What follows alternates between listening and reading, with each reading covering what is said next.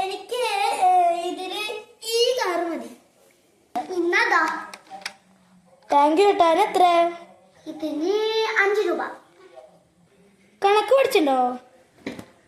ഞാൻ ഇന്ന് സ്കൂളിൽ പോയേ ഇല്ല. അപ്പൊ ഇനി നമുക്കിത് കത്തിക്കാനോ? ഈ കാർ 5 രൂപ മൊത്തം കാരക്കാം. കത്തിക്കാൻ പറ്റും. പിടിക്ക് മൊത്തം വേണം കേട്ടോ.